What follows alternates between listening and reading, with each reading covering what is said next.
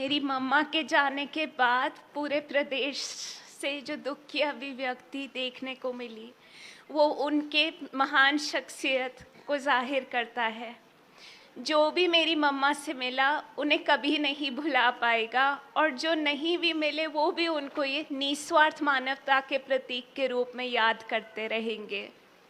मंडी की बेटी ने अपनी प्रतिभाओं से, अपनी जिंदा दिली से, दूसरों के प्रति प्रतिबद्धता और समर्पण से पूरे हरोली का दिल जीत लिया था। एक सफल बहू और माँ के रूप में मंडी की बेटी ऊना की माँ बहू के रूप में सफल भूमिका निभाती रही।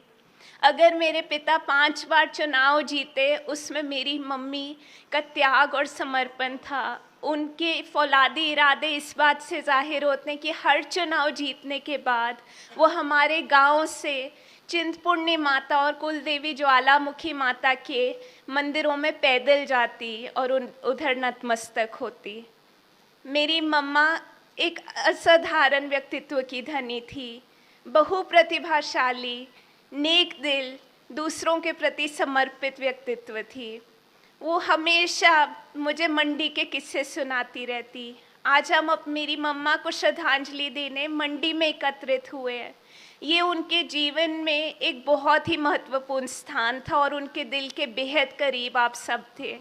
वो हमेशा मुझे मंडी की शरारतों की कहानियाँ सुनाती, चाहे वो बिम्मी मासी, मुन्ना मासी, श्रुति मासी, रिति मासी को जो वो तंग करती थी, शरारतें इनके साथ करती थी, वो कहानियाँ हो, या स्कूल में टीचर्स के साथ शरारतें करना, सहेलियों के साथ शरारतें करना, वो सब कहानियाँ वो बार बार दोहराती थी। और 5 फरवरी को भी हम दिल्ली में बैठे हुए थे, उन्होंने ये सब कहानियाँ हमें फिर से सुनाई।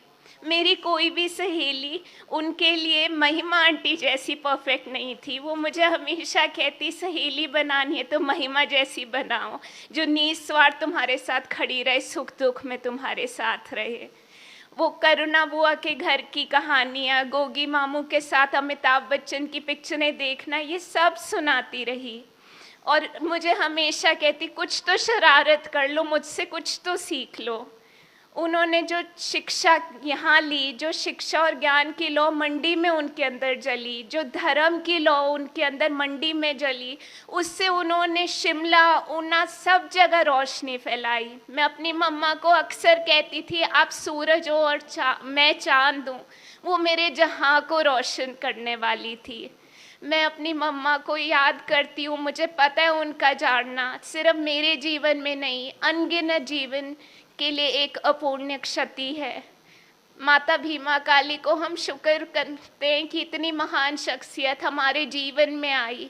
वो जल्दी ज़रूर चली गई और हानि की भावना को व्यक्त करना बहुत ही मुश्किल है, पर हम यही उम्मीद करते हैं, यही प्रार्थना करते हैं कि माता उनको मोक्ष दे। मेरी मम्मा बहुत यकीन से कहती थी कि मेरा आखिरी जन्म है और मुझे मोक्ष मिलेगा। इसी प्रार्थना के साथ मैं अपनी वाणी को विराम देती हूँ।